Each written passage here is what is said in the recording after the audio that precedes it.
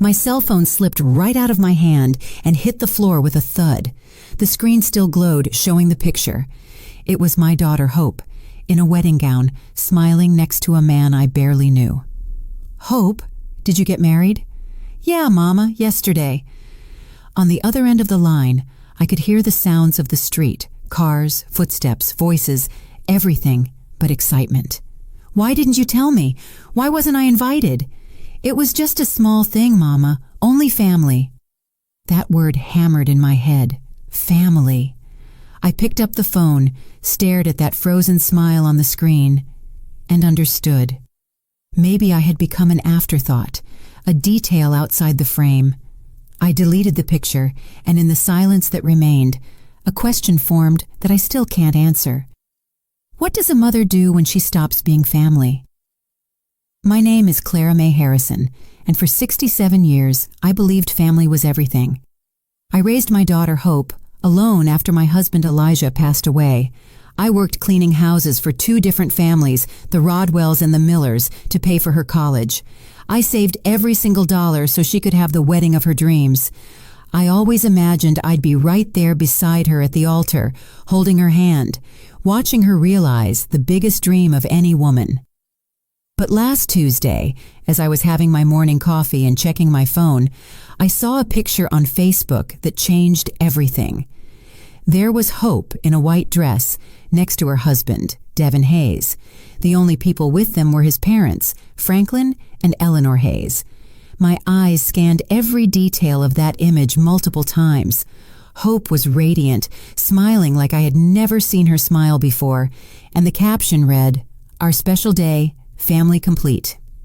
Family complete without me. There was no invitation, no conversation, no explanation. I found out my daughter got married the same way any stranger finds news on the internet. My heart broke in a way I hadn't even felt when Elijah passed. Sitting there in my kitchen in Atlanta, with the mug shaking in my hand, I realized that to Hope, I might no longer exist as a mother, but merely as an inconvenient memory of the past. I called her 3 times that day. They all went straight to voicemail.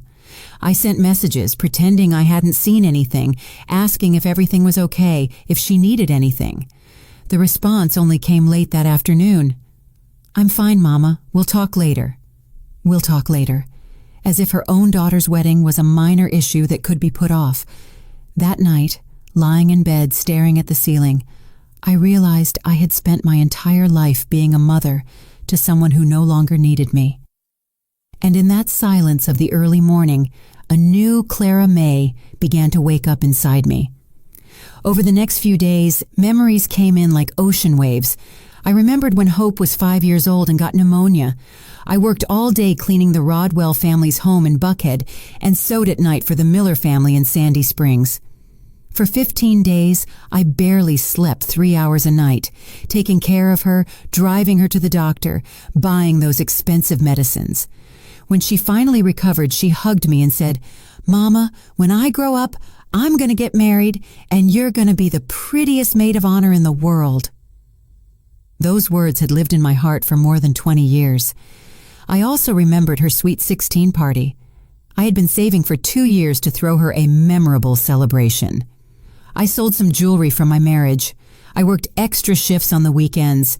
I deprived myself of basic things. We rented the Magnolia Room in the Midtown neighborhood. I bought the most beautiful dress I could find. I hired a great DJ. I prepared all the soul food myself. That day, Hope told me I was the best mother in the world, that she would remember everything I had done for her forever. The guests commented that the love was visible in every detail of the party. I thought about the everyday sacrifices. The mornings I got up at 5 to make her breakfast before school.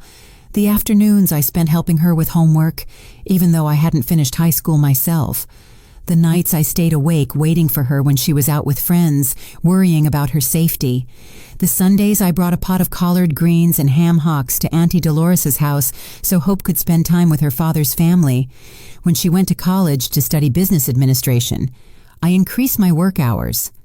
I cleaned the Rodwell's house Monday through Friday, and on weekends, I worked catering social events, serving tables. I wanted her to focus only on studying, not worrying about money. Every time my knees ached after so many hours on my feet, or when my hands cracked from cleaning, I thought about the bright future Hope would have thanks to her education. During those college years, she began to change subtly. She didn't come straight home after class anymore. She had study sessions, group projects, extracurricular activities. On weekends, she went out with friends I didn't know to places that were completely foreign to me. When I asked about her day, the answers got shorter, more distant. "It was fine, Mama. I'll tell you later." But later never came. It was during her final year of college that she met Devin Hayes. The first time she mentioned him, I noticed a special light in her eyes. She talked about him constantly, how smart he was, how he came from a good family, how he had ambitious plans for the future. I was happy to see her happy, but I also felt a pang of something I couldn't identify then. It was as if Devin represented a world I didn't belong to, a future where there wouldn't be space for a mother who cleaned other people's homes.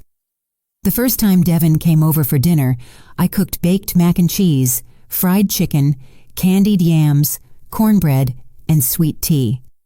I put in more effort than ever. I wanted to make a good impression. Devin was polite and courteous, but I noticed his eyes scanning our small home with an expression I couldn't decipher. Hope seemed nervous, constantly explaining things, as if she had to justify our way of living. "Your house is very nice, Mrs. Harrison," Devin said when he left. But there was something in his tone that made me feel like he had said the opposite. That night, Hope told me I had been too intense, asking so many questions about his family, his job, and his plans. "Mama, not everyone is like us, sharing their whole life in the first conversation." That was the first time I felt I was being viewed as a problem to solve. From then on, Devin's visits became less frequent. When he came, the conversations were more superficial, more formal. Hope started spending more time with him, coming home later and later. Sunday family gatherings became occasional, then sporadic, until they disappeared completely. "Devin and I have plans," became the most common phrase in her vocabulary. When Hope graduated, I was so proud I cried through the entire ceremony. She had achieved what I never could, finishing a college degree.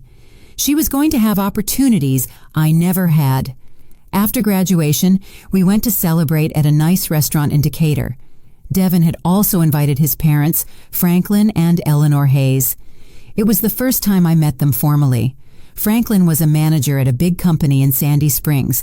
Eleanor had been a teacher for many years before retiring. They talked about trips, fancy restaurants, and Broadway shows. I tried to participate in the conversation, but I felt like a fish out of water. When I mentioned that I worked cleaning houses, there was an awkward silence that Hope quickly filled by changing the subject. That night, when we got home, Hope said something that hurt me deeply. "Mama, I know you always try to be friendly, but sometimes you say things that can be misinterpreted. Devin's parents are very refined people." Refined? That word stuck in my mind. I wasn't refined. My love, my sacrifice, my dedication, they didn't count for anything compared to money and formal education. The following months were marked by increasing distance. Hope got a job at a big international company. Devin also had a good job. They started talking about getting their own place, renting an apartment together. I supported the idea, though my heart was breaking inside. "Young people need their space," I said, faking enthusiasm. When they finally moved into an exclusive part of Atlanta, I was still welcome, but with schedules and conditions. "Mama, you better call before you come over to see if we're around," Hope told me. The spontaneity of simply showing up to visit my daughter was gone forever. Now, I had to make an appointment, as if I were visiting a doctor or a dentist. The visits became more and more spaced out, first every week, then every 2 weeks, then once a month. When I went, the conversation mainly revolved around their jobs, their plans, their friends. I listened with interest, but they rarely asked about my life. It was as if I only existed for them, as if my only identity was being Hope's mother. During the holiday season last year, I noticed Hope and Devin had started spending more time with the Hayes family. Well, Devin's parents have really beautiful traditions, Hope explained, when I asked if they would come over for Christmas Eve dinner as we had always done. But next year, we'll host, right? Next year never came, or rather, it came without me. It was in February when Hope told me she and Devin were thinking about getting married. "That's wonderful, baby," I exclaimed, feeling a mix of joy and anticipation. I immediately started making mental plans: the church, the dress, the flowers, the food. "Have you set a date? How can I help?" "Mama, we want something simple," Hope said, but there was something evasive in her look. "Nothing too elaborate. Weddings aren't as complicated as they used to be." I nodded, though I felt a small disappointment inside. I had dreamed for years of helping to plan my only daughter's wedding. The months passed, and conversations about the wedding became vague and sporadic. When I asked about specific details, Hope always had the same answer. "We're still looking into it, Mama. I'll let you know as soon as we have something finalized." I started to feel like something wasn't right, but I didn't know what exactly. In May, I noticed Hope started posting more photos on Facebook. Pictures with Devin, with the Hayeses, at fancy restaurants, in places I didn't recognize. But when we saw each other in person, she told me very little about these events. It was as if she had two parallel lives, one she shared with me and one she lived in secret. It was early June when I started to suspect something was definitely going on. Hope canceled 3 dates in a row to see me, always with excuses about work or urgent commitments. When we finally met, she seemed distracted, nervous. I asked her directly if everything was okay with Devin, if there was a problem. "Everything is perfect, Mama," she said, not looking me in the eye. "It's just that we're so busy with work and other things. Those words resonated in my mind for days. What other things could be more important than including her mother in her life? The last time I spoke to Hope before discovering the truth was on a Sunday afternoon. I called to invite her to breakfast the following Tuesday. "I can't, Mama," she said. "I have a very important meeting that morning." That was odd, because Tuesday mornings had always been our special time since she was little. It was the only day of the week I didn't work at the Rodwell's house. "How about Wednesday then?" I insisted. "I don't know, Mama. Let me check my schedule and I'll call you back." But she never called me back, and I, as I always had, waited patiently for her call that never came. It was that Tuesday morning, exactly when I should have been having breakfast with my daughter, that I sat down in my kitchen with my coffee and a slice of pecan Danish. I logged onto Facebook to see photos of my neighbors and their grandkids, and I stumbled upon the image that would change my life forever. There was Hope, more beautiful than ever, in a simple but elegant wedding dress, smiling next to Devin in what was clearly a marriage ceremony. In the background were the happy faces of Franklin and Eleanor Hayes, dressed elegantly, posing as the only witnesses to that moment that should have been mine, too. The photo description read, "Finally married, thank you to our families for making this day perfect." Our families in plural, but I didn't appear anywhere. I wasn't in the picture. I wasn't in the comments. I wasn't in that story that was supposed to include my entire life. I read every comment on that post. College friends congratulating, co-workers sending blessings, some distant relatives expressing surprise that they hadn't heard about the wedding. But no comment mentioned my absence. It was as if I had never existed in Hope's life, as if those 28 years of sacrifice and love had been completely erased from her personal story. I spent the rest of that day in a state of shock. I checked my phone over and over, hoping for a call, a text, an explanation. Nothing. Hope had gone on with her normal life, posting honeymoon photos, thanking people for congratulations, sharing moments of happiness from which I had been completely excluded. That night, lying awake and looking at the ceiling of my small bedroom, I understood something that hurt more than I imagined possible. My daughter hadn't forgotten to include me in her wedding. She had consciously excluded me. She had made a deliberate choice that I would not be part of the most important day of her life, And in that moment of painful clarity, I knew that my life, as I had known it until then, was over forever. But what Hope didn't know was that her mother, Clara May, had stored up much more than just pain during all those years of sacrifice. She had also stored a strength she herself didn't know she possessed, a dignity that had been dormant but never dead, and a capacity for decision that was about to change everything forever. The woman who got out of that bed on Wednesday morning was no longer the same woman who had patiently waited to be included in her daughter's life. She was a woman who had finally understood that some absences speak louder than any presence, and that sometimes the greatest love a mother can show is respect for her own dignity. In that silent pre-dawn hour in Atlanta, as the bells of St. Jude's Episcopal Church rang at 3 a.m., Clara May Harrison made the first completely self-directed decision she had made in nearly 30 years. If she was no longer welcome in Hope's life, then Hope would no longer be welcome in hers.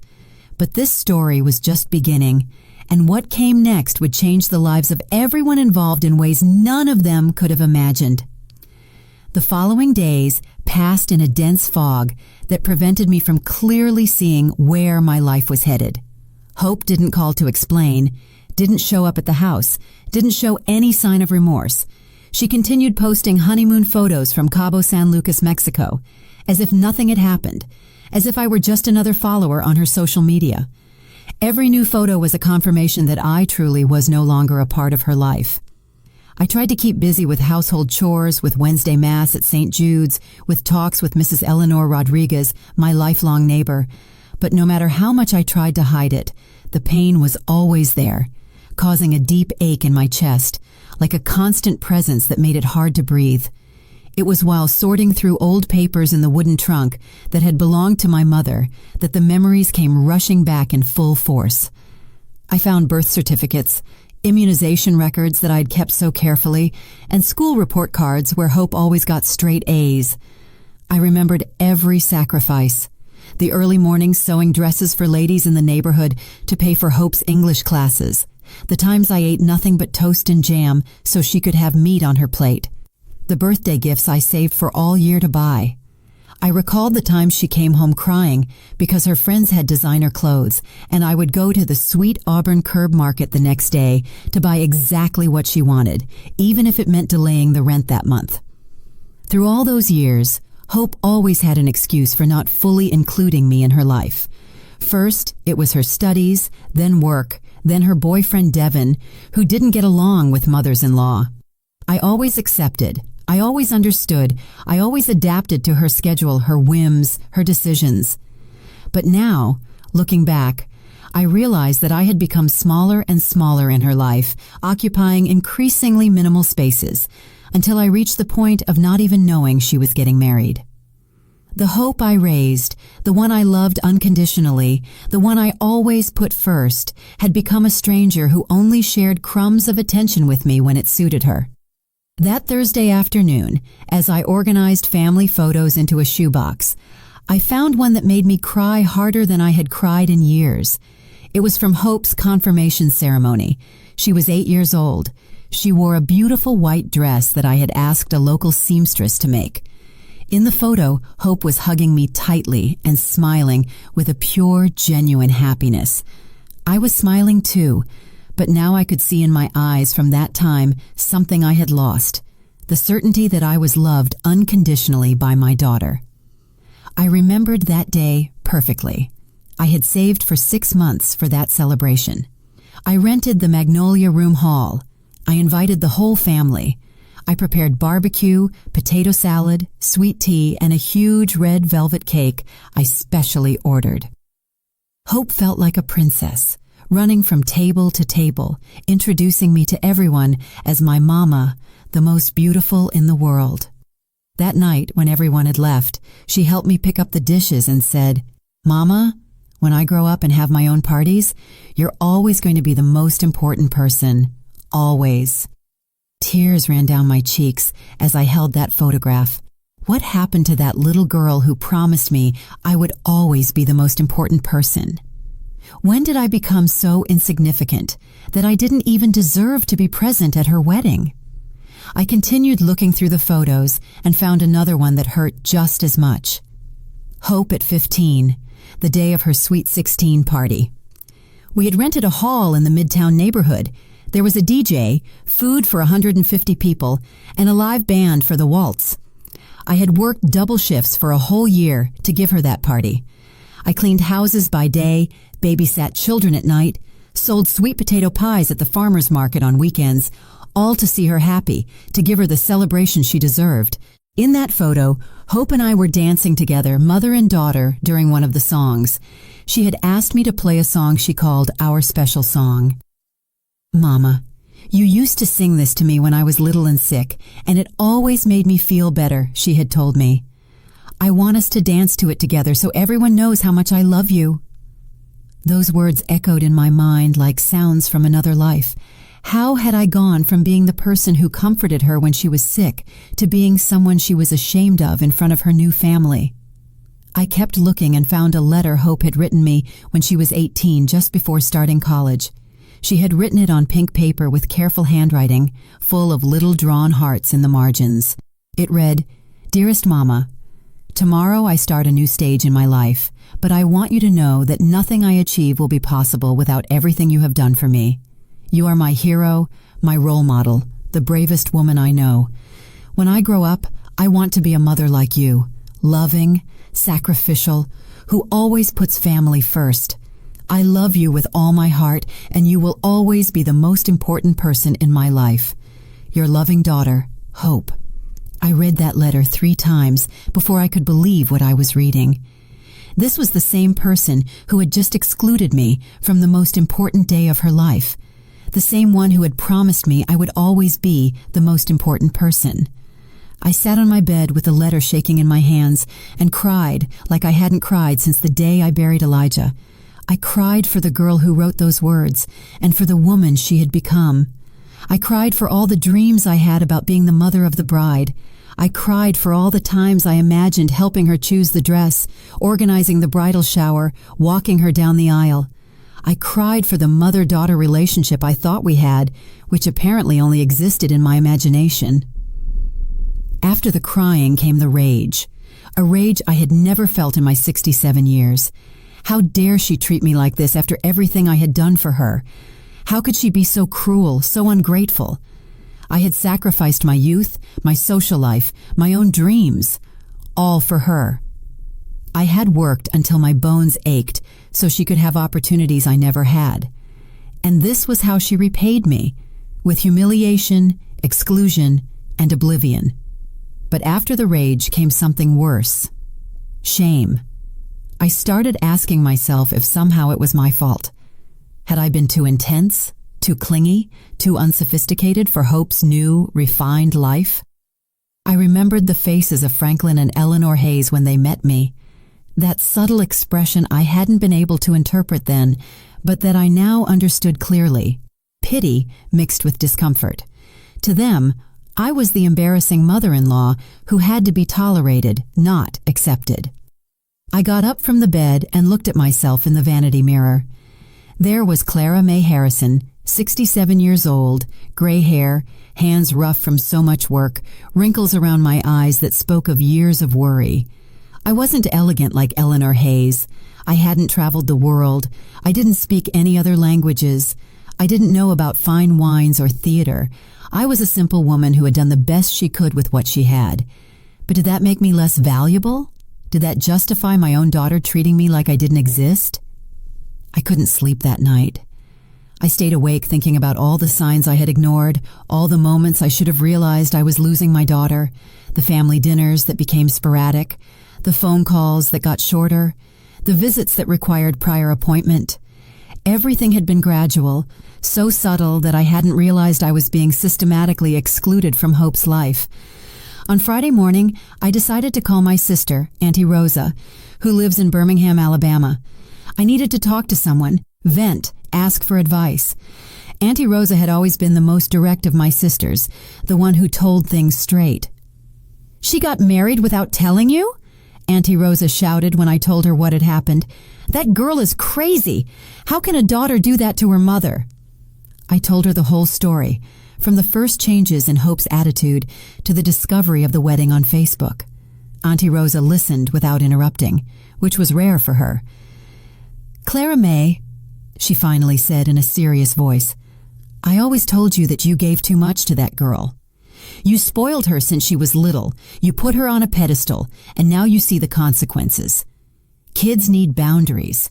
They need to understand that respect is earned and maintained." Her words hurt because I knew they contained some truth. I had always indulged Hope. I had always given in to her tantrums.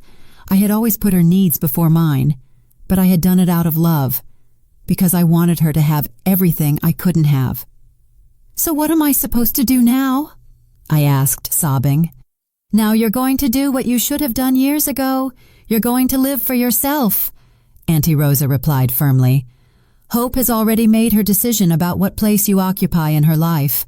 Now it's your turn to decide what place she occupies in yours." After hanging up with Auntie Rosa, I sat in the kitchen for hours, thinking about her words. She was right. Hope had clearly demonstrated what place I occupied in her new life. None. It was time for me to also make a decision about what place she would occupy in my new life. On Saturday morning, as I drank my coffee and ate my pecan Danish, my phone rang. It was a number I didn't recognize, but when I answered, I heard Hope's voice. "Mama, how are you?" she asked in a cheerful voice, as if nothing had happened. "Guess what? We're back from our honeymoon. Cabo was amazing. Devin and I want to stop by this afternoon to tell you everything." To tell me everything. After 2 weeks of silence, after excluding me from her wedding, now she wanted to tell me everything, as if I were a casual friend she was catching up with about her vacation. "What time are you planning to come?" I asked. "Around 5. We'll bring pictures and some gifts we bought you." Gifts. As if cheap souvenirs from Cabo San Lucas could compensate for the greatest humiliation of my life. "All right," I said. "I'll be here." After hanging up, I stood there with the phone in my hand, feeling a mix of emotions I didn't know how to manage.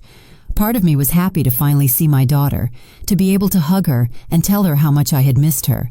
But another part of me, a part that grew with every passing hour, was furious at the coldness with which she had treated me, at the casual way she assumed everything would be fine after what she had done. I spent the rest of the day cleaning the house, making sweet tea, buying fresh pecan Danish from the local bakery. It was what I always did when Hope came to visit. I made sure everything was perfect to receive her, but this time, as I mopped the floor and dusted the furniture, I wondered why I was still trying so hard for someone who clearly didn't value my efforts. At 5 on the dot, Hope and Devin arrived. Hope looked radiant, tanned from the beach sun, wearing new clothes and looking completely happy. Devin wore a courteous but distant smile, the same one he always had when he came to my house. "Mama!" Hope cried, hugging me as if we were the best friends in the world. "I missed you. Look how tanned I got." I hugged her back, inhaling her expensive perfume, which wasn't the same one she used when she lived with me. Everything about her was different, her clothes, her hairstyle, her way of speaking. It was as if the Hope I knew had been replaced by a new, improved version that didn't include me.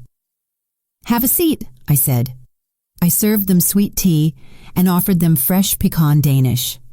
"Oh, Mama, this looks so good," Hope said, but I noticed she barely touched the pastry. She probably didn't eat that kind of thing anymore. Her new, sophisticated life didn't include treats from the neighborhood bakery. "All right, tell me everything," I said, sitting across from them in my small living room. "How was the wedding?" Hope exchanged a quick glance with Devin before answering. "It was very nice, Mama. Very simple, just like we wanted. Nothing too elaborate." "Oh, and where was it?" I asked, though my heart was already shrinking. "In a beautiful little chapel in Decatur. Very intimate, very private. Just us and Devin's parents as witnesses. Just them and Devin's parents, as if I didn't exist, as if 23 years of raising her didn't give me the right to be there. And why didn't you tell me anything?" I finally asked, my voice trembling. Hope sighed and put on the face she used to make when she was a child caught doing something wrong. Mama, it all happened so fast. You know how those bureaucratic things are. Suddenly the date came up, and we decided not to complicate things. Besides, you know I never liked big parties. It was a lie. Hope had always loved big parties. Her sweet 16, her graduation, all the celebrations we had shared had been with lots of guests, lots of food, and lots of joy. But now, for her wedding, she had decided she wanted an intimate affair that didn't include me. "But Mama," Hope continued in a syrupy voice, "that's why we came today, to celebrate with you. Look at all the gifts we brought you." She pulled out a bag full of typical souvenirs from Cabo, a ceramic ashtray, some seashells, a t-shirt that read "I love Cabo," some coconut candies, gifts they had probably bought at the airport, thinking, "Oh, we have to bring something back for Hope's mom." "Thank you, baby," I said, feeling like each gift was a slap in the face disguised as kindness. We spent 2 hours talking about the honeymoon, the places they visited, the fancy restaurants where they ate, the activities they did. It was like looking at vacation photos of strangers. I nodded, smiled, and asked appropriate questions, but inside I felt like something was breaking for good. When they left, after vague promises to see each other soon and an invitation to see the new apartment, I was left alone in my living room, surrounded by the cheap souvenirs, feeling the weight of the silence they had left behind. That night, as I stored the gifts in a drawer where I knew I would never see them again, I made a decision that would change everything. If Hope could live without including me in the important moments of her life, then I could also learn to live without including her in the important moments of mine. And in that silence of the early morning, with my heart still hurting, but with a new determination growing inside me, I started planning the first step of my new life. A life where I was the protagonist, not just the sacrificial mother waiting for crumbs of attention. The Clara May who had waited all her life for others to decide her place in the world died that night. The one who would wake up the next day would be a completely different woman. A woman who had finally understood that respect is taught by example, and that sometimes the greatest love a mother can show is love for her own dignity. Sunday dawned with a clear sky that completely contrasted with the storm I carried inside. I got up earlier than usual at 5 a.m., and for the first time in weeks, I didn't feel that heaviness in my chest that had accompanied me since I discovered the wedding. In its place was something different, a cold clarity I had never experienced before. It was as if, during the night, I had gone through a silent transformation, as if the Clara May who had waited all her life for others to define her place in the world had finally awakened from a very long sleep. I made my black coffee, stronger than usual. I needed my mind to be completely clear for what I was about to do. I sat down at the kitchen table where I had eaten breakfast for the last 15 years, where I had waited for so many calls from Hope that never came, where I had planned special meals for visits that were canceled at the last minute. But this morning, that table no longer represented waiting or disappointment. It represented the place where Clara May Harrison was going to make the most important decision of her life. I took out an old notebook where I used to write down Hope's doctor's appointments when she was little, important school dates, and her friends' birthdays. Now, I was going to use those yellowed pages to plan something completely different, my definitive exit from a life where I was no longer welcome. On the first page, I wrote, "Plan for Independence, Clara May Harrison, August 12, 2024. The date looked strange, written in my shaky handwriting, but the words felt more real than anything I had felt in years. The first thing I wrote was, "Assess resources." During all those years of sacrifice, I had managed to save a considerable amount. I wasn't rich, but I wasn't unprotected either. I had the savings of a lifetime of work, a small but owned house in an area that had become very valuable, and something Hope never knew, a secret bank account where I had deposited the extra money I earned sewing dresses for neighborhood ladies on weekends for years. I had opened that account when Hope turned 18, thinking it would be my wedding gift to her. Every dollar I deposited there, I did so imagining the moment I would give it to her. My daughter, this is so you can start your marriage without debt, so you can have your own home, so you don't go through the difficulties I did. For 10 years, I had nourished that account with the illusion of seeing the happy look on Hope's face when she found out about the surprise. But now, after being excluded from her wedding, that money would take a completely different path. The second point on my list was research housing options. I couldn't stay in this house where every corner reminded me of the years of waiting, where every phone call would make me think it might be Hope seeking reconciliation. I needed a new place, a space that was completely mine, where I could build a life that didn't depend on crumbs of attention from my daughter. I remembered that Mrs. Eleanor Rodriguez, my lifelong neighbor, had always told me about her sister Gloria, who had moved to a residential community for older adults in Decatur. "It's wonderful, Clara May," Mrs. Rodriguez had told me several times. "There are activities, security, people our age. Gloria says she's never felt so free in her life." At the time, I thought those places were for people who didn't have family to care for them. Now I understood they were for people who had decided to care for themselves. The third point was the most painful, but the most necessary: gradually cut ties. I couldn't just disappear overnight, because that would cause unnecessary drama and give Hope reasons to justify her behavior. My mom was always so dramatic, that's why we didn't include her in important things. No, my exit had to be as silent and dignified as my entry into Devon Hayes' life had been. Gradual, respectful, but definitive. After breakfast, I showered and put on my Sunday navy blue dress, the one I wore to Mass at St. Jude's. But this morning, I wasn't going to church. I was going to begin the most important investigation of my life. I grabbed my purse, put the notebook inside, and left my house with a determination I hadn't felt in years. My first stop was the bank. It was strange walking the streets of my neighborhood, knowing that every step took me away from the life I had known for 67 years. Mr. Fernando Lawson, the executive who had managed my accounts for the last 10 years, was surprised to see me near the ATM on a Sunday morning. "Good morning, Mrs. Harrison," he greeted me when he recognized me. "Everything's fine. Perfect, Mr. Lawson," I replied with a smile I didn't expect to have myself. "I'm just reviewing my financial options. I might need to make some moves this week." "Of course, ma'am. I'm available Monday if you'd like to review your accounts in detail."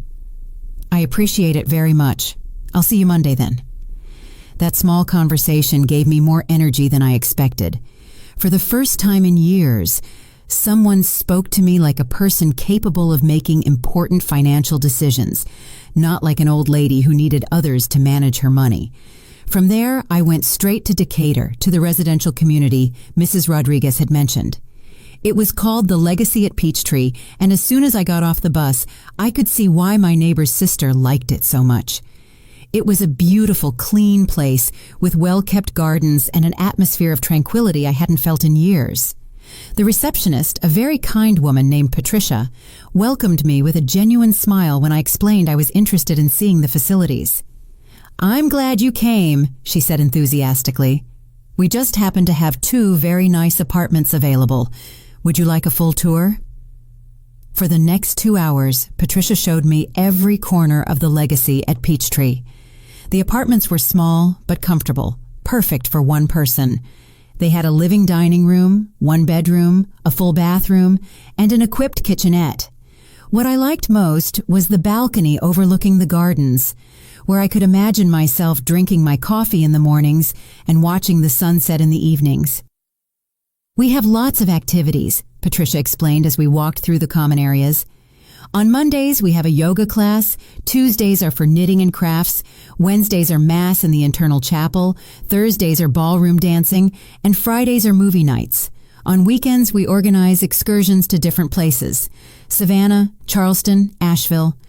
Every activity she mentioned sounded like something I might enjoy, things I had never done because I was always waiting for Hope's schedule availability. "And are the people who live here happy?"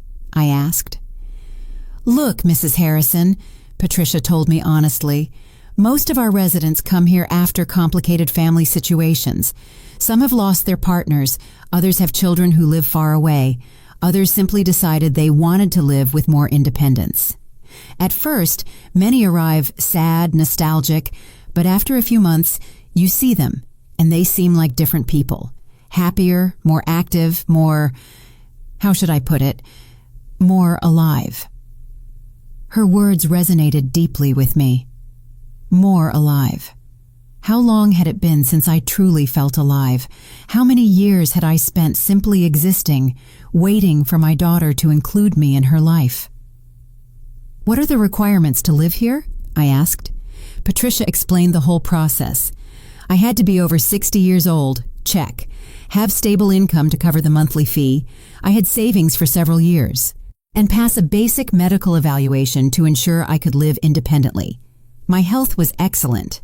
The monthly cost included maintenance, security, activities, and basic utilities. It was a considerable amount, but perfectly manageable with my savings. How long does the admission process take? I asked. If you bring all the documents this week, we could have everything ready in 2 weeks, Patricia replied. Are you interested in any of the apartments you saw? I looked again toward the balcony of the apartment I liked most, the one that faced the garden where I had seen several residents chatting animatedly under the shade of a big tree. In that moment, I made a decision that surprised even me with how quick and clear it was. I'll take the one with the balcony facing the gardens, I said without hesitation. Excellent decision, exclaimed Patricia. That's one of the most requested. Here's the list of documents you need to bring and the contract for you to review carefully. I returned home that afternoon with a feeling I hadn't experienced in years, genuine hope. Not the hope that hope would change, not the hope that things would go back to how they were, but the hope of a new life that depended solely on my own decisions. That night, instead of watching TV as I did every Sunday, I dedicated myself to organizing my documents, birth certificate, proof of income, bank statements, identification. It was strange preparing paperwork to start a new life at 67, but every document I organized made me feel more certain of my decision. On Monday morning, I went to the bank exactly at 9 a.m. when they opened. Mr. Fernando Lawson greeted me with the same professional courtesy as always, but when I explained that I needed to make some major moves in my accounts for a personal investment, I noticed a respect in his eyes that I hadn't seen before. Mrs. Harrison, I'm delighted to hear you're making proactive financial decisions, he said as he reviewed my bank statements. I see you've been very disciplined with your savings all these years. You have very solid resources. Hearing those words filled me with a confidence I didn't know I had. For so many years, I had lived with the mindset that I was a person of limited resources, someone who depended on the charity of others. But the reality was that I had worked hard, saved diligently, and built a solid financial foundation without anyone's help. I need to make a significant transfer to my checking account, I explained, and I also want to know about safe investments that give me monthly income. For the next hour, Mr. Lawson explained different investment options that could give me regular income without touching the principal capital. It was information I had never sought out before because I always thought my money was meant exclusively for emergencies or for helping hope. Now, I saw that I had options, that I could make my money work for me instead of just keeping it for others. From there, I went directly to the office of Mr. Michael Sanders, a lawyer Mrs. Rodriguez had recommended to me years ago when I had trouble with some house documents. I needed to make sure all my assets were in order, and more importantly, I needed to update my will. Mrs. Harrison, what brings you here? Mr. Sanders asked when I entered his office. I need to update my will and better organize my assets, I told him directly. If he was surprised by the nature of my visit, he didn't show it. For the next 40 minutes, we reviewed all my property documents, bank accounts, and insurance policies. It was impressive to see it all together. I really had built a considerable estate through pure work and discipline. Do you have any specific changes in mind for the will? He asked. Yes, I replied without hesitation. I want to leave 50% of my assets to charitable institutions that help working single mothers, and the other 50% to my daughter, but with one condition. What kind of condition? That she can only access the inheritance after writing a letter explaining why she made certain decisions about our relationship. She doesn't have to apologize. She just has to be honest about her reasons. That letter must be delivered to you as a witness, but she must write it, even if I'm no longer here to read it. Mr. Sanders wrote everything down carefully. That's a very thoughtful condition, Mrs. Harrison. It gives her an opportunity for reflection without forcing a reconciliation. Exactly, I confirmed. I'm not looking for revenge, Mr. Sanders. I'm looking for her to understand that actions have consequences, even the actions of children towards their parents. When I left the lawyer's office, I felt like a completely different person. I had taken total control of my financial situation, secured my future, and established clear boundaries for my relationship with Hope, even after my death. The following days passed in a flurry of activity that kept me busy and focused. I hired a moving service to assess my belongings. I decided to keep only the essentials: clothes, some small furniture, important photos, objects with real sentimental value. Everything else would be donated or sold. The hardest part was deciding what to do with Hope's things that I still kept in her room: school trophies, books, clothes she had left when she moved out.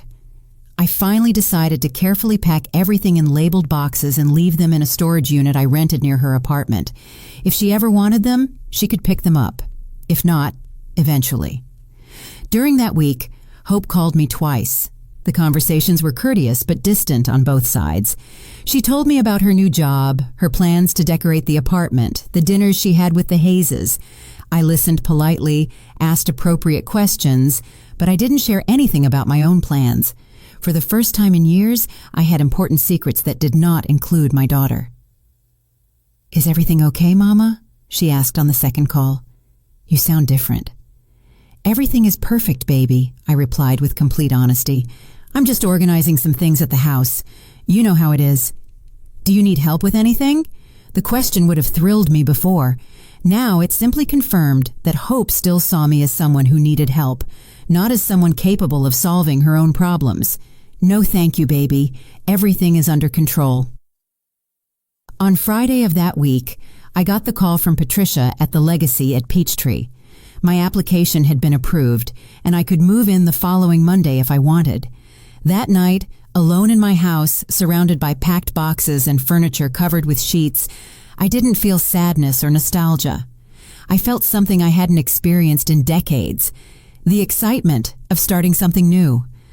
On Saturday morning, as I had my last coffee at the kitchen table where I had planned so many special meals for Hope, my phone rang.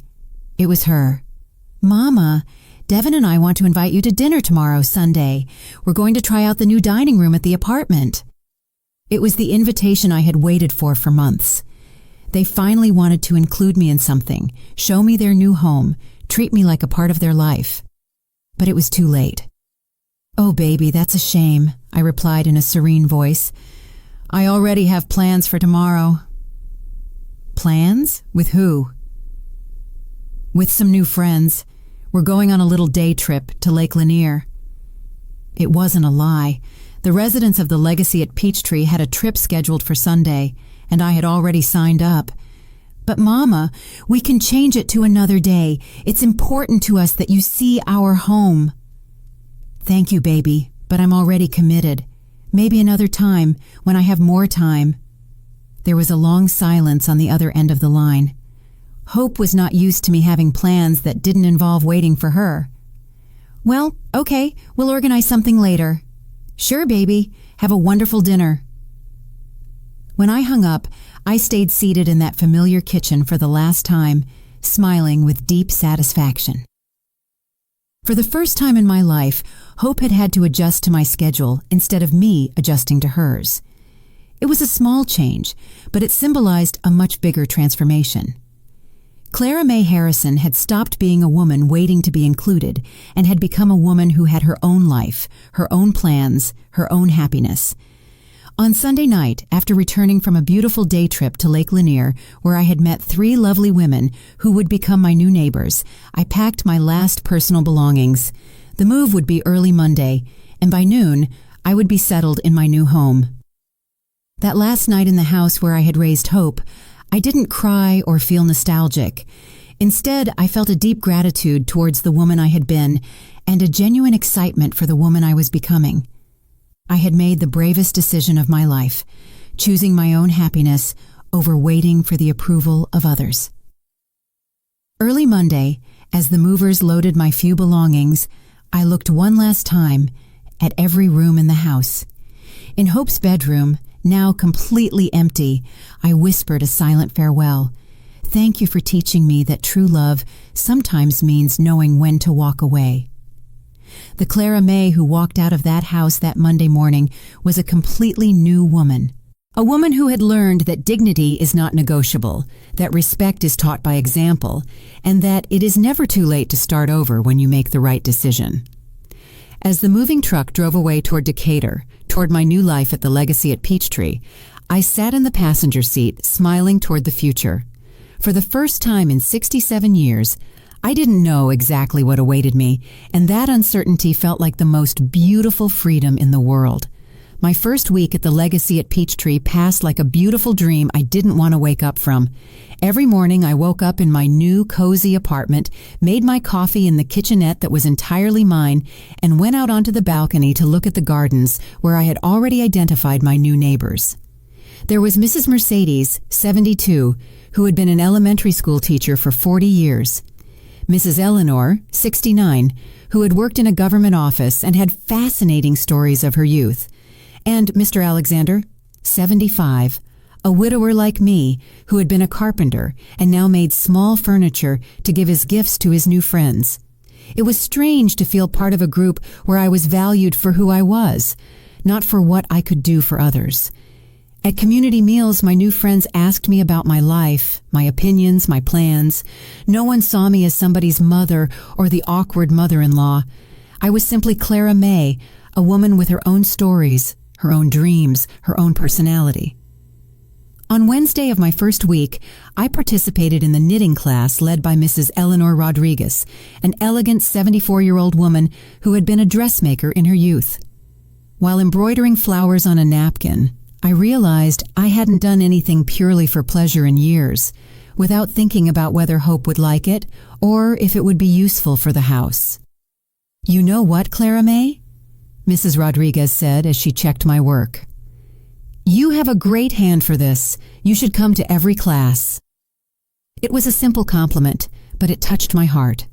How long had it been since I received recognition for something I had done well?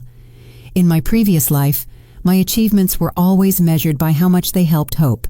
Now, for the first time, someone valued my work for its own sake. Thursday was my first ballroom dancing class.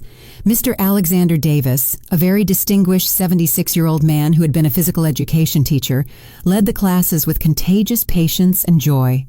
At first I was embarrassed because I hadn't danced in decades, but Mr. Davis reassured me. "No one judges here, Clara May," he said with a kind smile. "We come here to have fun and remember that it's never too late to learn new things." During that class, I danced the cha-cha, the waltz, and even a little salsa. I laughed harder than I had laughed in years. My classmates applauded when I managed a difficult step, helped me when I got confused, and made me feel like I was part of a real family, a family that had chosen me and that I had chosen too. That night, as I ate dinner alone in my apartment, but without feeling lonely, my phone rang. It was Hope. "Mama, where are you?" she asked, her voice frantic. "I went to the house and it's completely empty. The neighbors said you moved out. What is going on?" Her voice had a mix of confusion and panic that I hadn't heard since she was little and got lost at the market. For a moment, my maternal instinct wanted to reassure her immediately, explain everything, assure her that I was fine.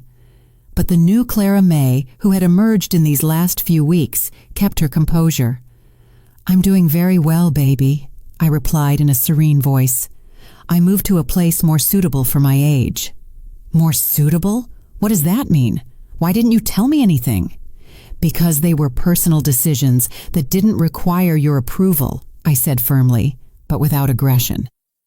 There was a long silence on the other end of the line. Hope was not used to me making important decisions without consulting her, even though she had been making hers for years without consulting me. Where are you living now? In a place where I'm happy, baby. That's what matters. Mama, you're scaring me. This isn't normal for you. Are you mad at me about something? The question would have disarmed me before. I would have rushed to explain that I wasn't mad, that I loved her, that I just wanted us to be happy together. But now I saw that question for what it really was, an attempt to return to the old dynamic where I was responsible for managing her emotions. I'm not mad, Hope. I'm living my life. What does that mean? It means I finally understood that I have the right to make my own decisions, to have my own plans, to be happy without depending on the approval of others. Another silence. I could imagine Hope on the other end, trying to process this version of her mother she didn't know. Can you tell me where you are? Devin and I are worried. Devin and I. It was always Devin and I, as if they were a single entity making joint decisions about my life. But there was something in Hope's tone that was different. For the first time in a long time, she seemed genuinely worried about me, not just annoyed because I wasn't available when she needed me. I'm at the Legacy at Peachtree in Decatur, I finally told her. It's a very nice residential community for people my age. A retirement home? The word bothered me, but it didn't surprise me. To Hope, any place where older people lived was automatically a retirement home. No, baby, it's a place where I live independently, but with the company of people who are at the same stage of life as me. I have my own apartment, my own activities, my own social life. Social life. There was genuine surprise in her voice, as if she had never considered that I could have a social life independent of her. Yes, Hope. I have new friends, activities I enjoy, plans that don't include waiting for you to have time for me. The words came out more direct than I had planned, but I didn't regret saying them. It was time for Hope to understand the consequences of her decisions. Mama, we have always had time for you. Did you really have time to include me in your wedding? The silence that followed was long and heavy. It was the first time I had directly mentioned the wedding exclusion, and we both knew it was the elephant in the room that had been present in all our subsequent conversations. Mama, I already explained that it all happened so fast, that it was a very simple thing. Hope. I interrupted her with a firm but calm voice. I'm not interested in hearing any more excuses. What happened happened. I'm not looking for apologies or explanations. I just want you to understand that decisions have consequences. What kind of consequences? The consequence that I finally understood that I'm not a priority in your life, and I've decided that you won't be a priority in mine either. The words came out with a clarity that surprised me. There was no anger in my voice, no resentment, only a quiet honesty that made me feel freer than I had felt in years. Does that mean you don't want to be my mother anymore? The question hurt because I could hear the little girl behind the adult woman, but it also strengthened me because it reminded me that Hope knew exactly what she had lost. I will always be your mother, baby, but I will no longer be the mother who waits for crumbs of your attention. I will no longer be the mother who accepts any treatment just to be present in your life. If you want a relationship with me, it will have to be a relationship of mutual respect. And what would that look like? It was the first time Hope specifically asked what I wanted from our relationship, instead of simply assuming I would adapt to whatever she offered. I don't know yet, I answered honestly, but I know it can't be like before. After hanging up that night, I sat on my balcony, watching the lights of Decatur, feeling a mix of sadness and liberation. It had been the hardest conversation of my life, but also the most necessary. For the first time, I had set clear boundaries with my daughter. I had expressed my feelings without trying to protect hers. I had placed my dignity above my desire to keep the peace. The following days passed without news from Hope, and for the first time, her silence did not cause me anxiety. I was too busy discovering my new life to worry about interpreting her lack of communication. On Friday, I participated in the weekly excursion to downtown Atlanta, where we visited the Georgia State Capitol and ate at a traditional soul food restaurant near Centennial Olympic Park. On Saturday, I went to the yoga class for the first time in my life and discovered that my body was more flexible than I thought. On Sunday, after Mass at the chapel at the Legacy at Peachtree, I was returning to my apartment when Patricia, the receptionist, stopped me. "Mrs. Harrison, you have visitors," she said with a smile, "a young couple who say they're family." My heart sped up a little, but not with the anxiety of before. It was more curiosity to see what Hope and Devin wanted. I found them in the visitors' lounge, sitting together on one of the elegant sofas. Hope looked nervous, almost fragile, very different from the confident, successful woman she had been in our last encounters. Devin looked uncomfortable, as if he would rather be anywhere else. "Mama," Hope said, standing up when she saw me, "thank you for seeing us." It was strange that she thanked me for seeing them, as if she finally understood that she could no longer simply appear in my life uninvited. "Have a seat," I said, taking the chair across from them. "How are you?" "We're fine," Hope replied, though her voice suggested otherwise. "We wanted to come and see where you're living, to make sure you're comfortable." I looked around the visitors' lounge with its elegant furniture, its well-kept plants, its large windows that let in a lot of natural light. Then I looked at them, this young couple who had come to make sure I was comfortable, as if they had any right to approve of my life decisions. "As you can see, I'm very comfortable," I said with a genuine smile. "This place is perfect for me."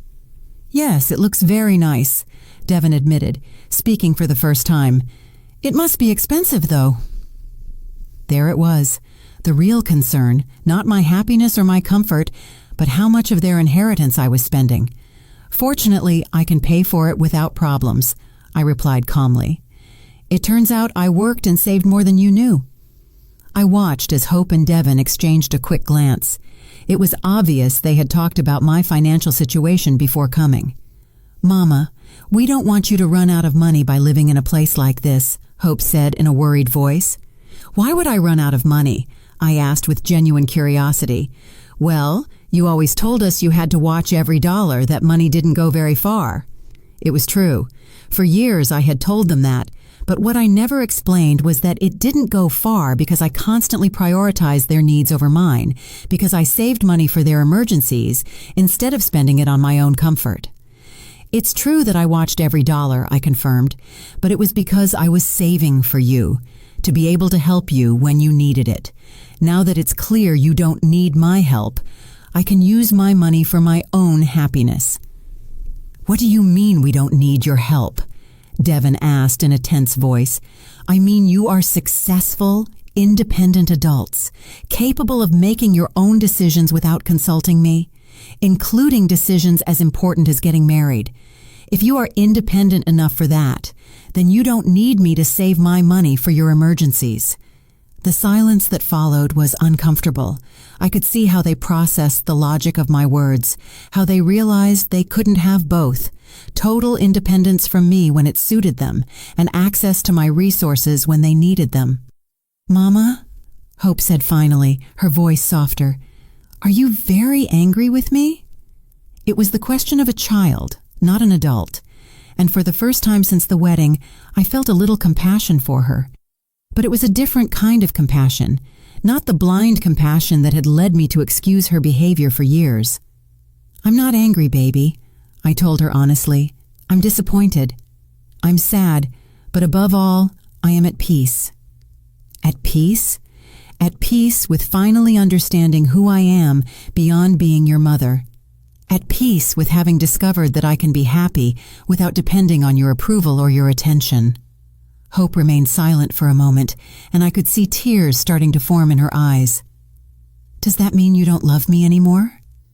It was the question I had been waiting for, and I had the answer ready. "I love you more than you can imagine, Hope. But I've learned that loving someone doesn't mean allowing them to disrespect you. I've learned that true love includes boundaries, includes dignity." includes mutual respect. And what can we do to fix this? Devon asked, speaking for the first time as if he truly cared about the answer. I looked at both of them, this young couple who had come to fix the situation, probably hoping that with a visit and a few apologies, everything would return to normal. There's nothing to fix, I said calmly. I'm not broken, I'm not sick, I'm not acting out of spite. I am simply living the life I deserve to live. But can we still be family? Hope asked, her voice trembling. We will always be family, I assured her.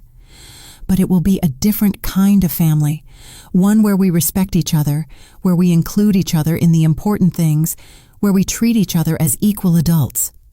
How do we know what you expect from us? Devon asked. It was a practical question, and I appreciated his honesty. Hope knows how to treat me with respect, I replied, looking directly at my daughter. She did it for many years when she was younger. She just needs to remember how to do it. Hope nodded slowly, as if finally understanding that there was no quick fix, that she would have to do real work to rebuild our relationship. Can we call you sometimes? She asked in a small voice. Of course, I said, but I won't be available every time you call.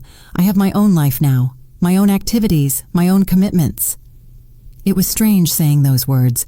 For 67 years, I had never had commitments I couldn't cancel for Hope. Now I had knitting classes, excursions, dinners with friends, a social life that was important to me. When they left that afternoon, after vague promises to maintain better communication and do things differently, I stayed seated in the visitors' lounge for a while longer, processing what had happened. There had been no dramatic reconciliation, no tears of remorse, no promises of immediate change. But there had been something more valuable: recognition. For the first time, Hope had recognized that she had treated me poorly, that she had made decisions that hurt me, and that she would have to make a real effort if she wanted a relationship with me. That night, during the community dinner in the dining hall at the Legacy at Peachtree, my new friends asked me about my visitors. Everything okay with the family? Mrs. Mercedes asked with genuine concern. Everything is exactly as it should be, I replied with a smile. For the first time in years, everything is exactly as it should be. And it was true. I didn't know if Hope and I would ever have a close relationship again. I didn't know if she would truly change or if she would simply learn how to manage me better. But I knew that I had changed forever, and that no matter what happened to our relationship, I would be fine. The Clara May who had waited for years for her daughter to include her in her life had died forever. In her place, a woman had been born who knew her worth, who had her own dreams, who was capable of being happy with or without the approval of others. And that transformation, painful as it had been, was worth more than any reconciliation that required me to return to being the small, subservient woman I had been before. For the first time in my life, I was free, and that freedom felt like the most beautiful gift I had given myself. Today, 6 months later, I wake up every morning in my small but cozy apartment. I look out the window and see a different world. It's not a world without pain, but it's a world where I choose who is part of my story. I tend to my plants on the patio. I read the books I always wanted to read. I frequent the new chapel where no one knows me as Hope's mother.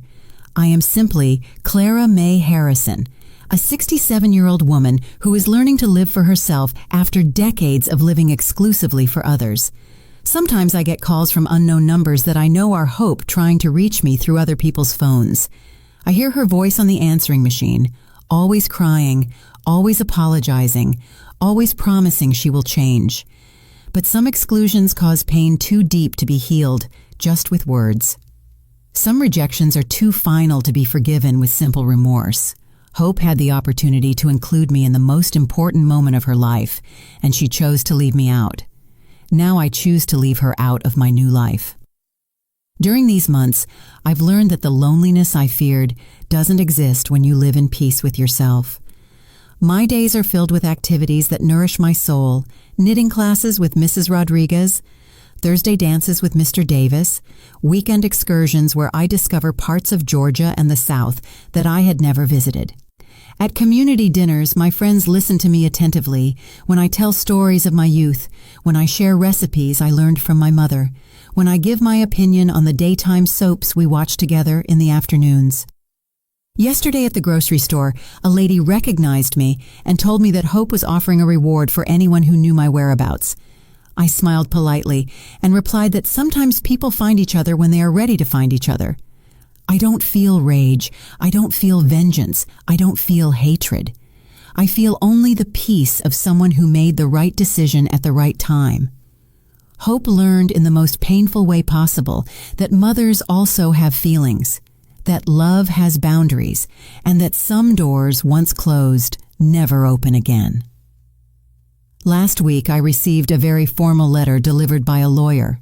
It was from Hope, typed, with no tears to smudge the ink, no shaky handwriting of emotion.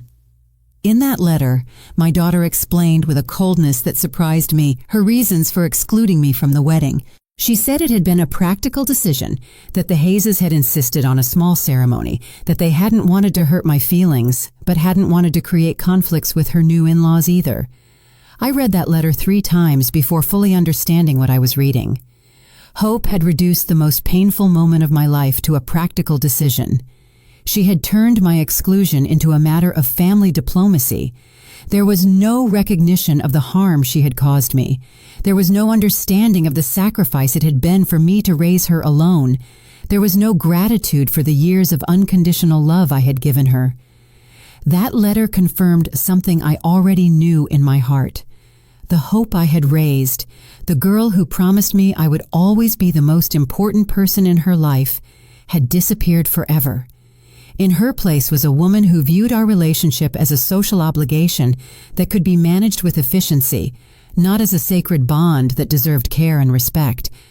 I put the letter away in a wooden box along with some old photographs that had resisted time, not out of spite, but because some words only need to be read, not answered. A mother's love doesn't end, it just changes form. My love for Hope transformed into something different. Respect for my own dignity, care for my own happiness, protection for my own peace. This morning, as I water the plants on my patio and watch the sun rise over Decatur, I think of all the women who, like me, have spent their lives waiting to be valued by others. I think of the mothers who sacrifice their dreams for children who later see them as awkward burdens. I think of the grandmothers who babysit for children who then tell them they're interfering too much. I think of all of us who learned that our worth depended on how much we could give to others, never on how much we deserved to receive. To all those women, I would tell them what I now know.